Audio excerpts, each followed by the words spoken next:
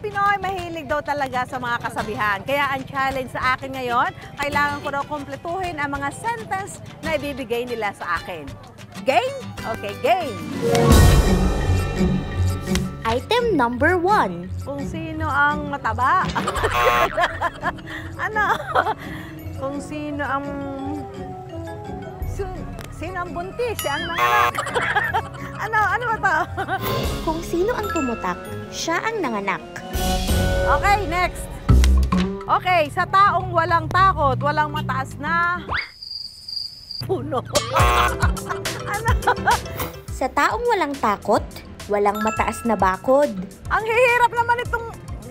Ngayon ko lang na-encounter itong mga to, ha? Ano nga to? May anong lupa. May pakpak ang balita. May laman ng lupa. May pakpak ang balita, may tenga ang lupa. Yung iba mong ligay, hindi ko mahulaan, ha? Mars! Ano na? Ano? Mars! Pautang! Lahat naman tayo siguro may kwento tungkol sa utang, no? Ang negosyanteng nakilala namin ang ginamit na puhunan sa negosyo. Inutang lang daw.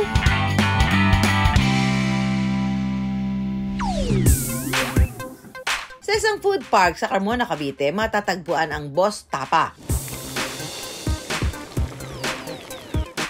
Bukas ito mula alas 4 ng hapon hanggang alas 8 ng gabi. Pero ang kita ng may-ari, ang 25-year-old na si Julian, like a boss daw! Kumikita ngayon si Boss Tapa ng 50 to 100,000 pesos every month.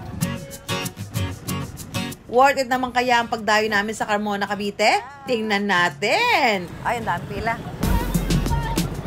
Hello Hello po. Ito yung Boss Tapa. Opo. May sabaw nga siya. Para siyang actually, hindi nga siya parang tapa, para adobo di ba? Malambot niya nga.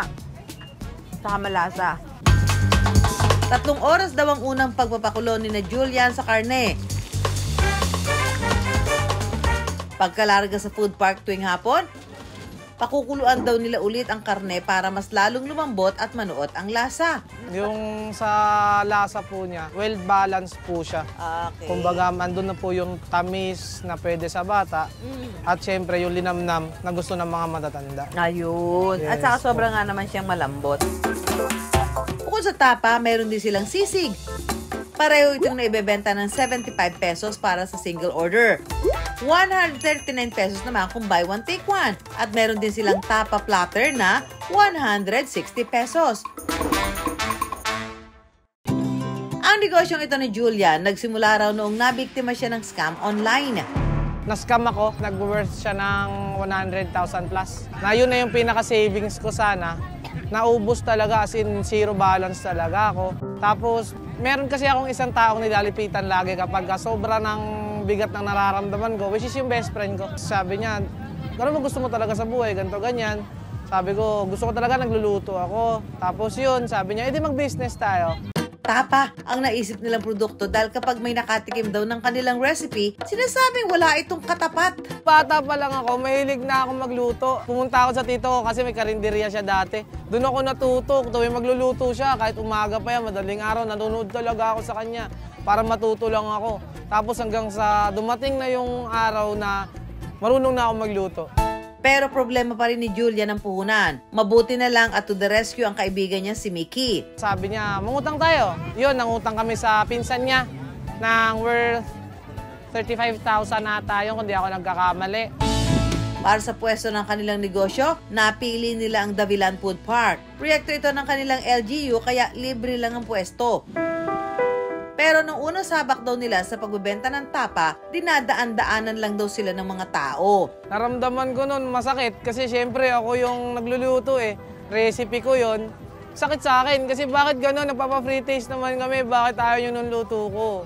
Dahil may full-time job si Mickey, kinailangan niyang iwan ang negosyo kay Julian. Nung umalis siya, sakto kasi natin na namin yung pera, which is may natirang mga stocks. So, meron akong panimula. Ang kaso lang, napasarado kami dito. As in, total, sarado. Isang buwan.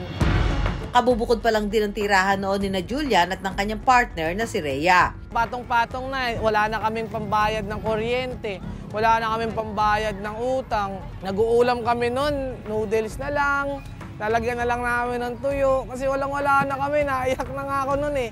Kaya ito si Julian na Mars, pautang na lang daw ulit. This time sa kanyang tiyahin naman daw. Sabi ko, te, baka pwede akong makautang. Kasi talagang naniniwala ako sa potensyal ng business ko. Baka pwede akong makahiram ng 20,000, pang ano lang, puhunan lang ulit, tsaka pang gastos-gastos lang konti. Nang magbubukas uli ang food park at may pakambak ang boss Tapa, sinamahan daw siya ng kanyang life partner na si Rhea. Magtitinda kaming dalawa lang. Tapos pag uwi namin, buti sana kung magpapahingan na kami, pero hindi. Magagayat na naman kaming dalawa ulit.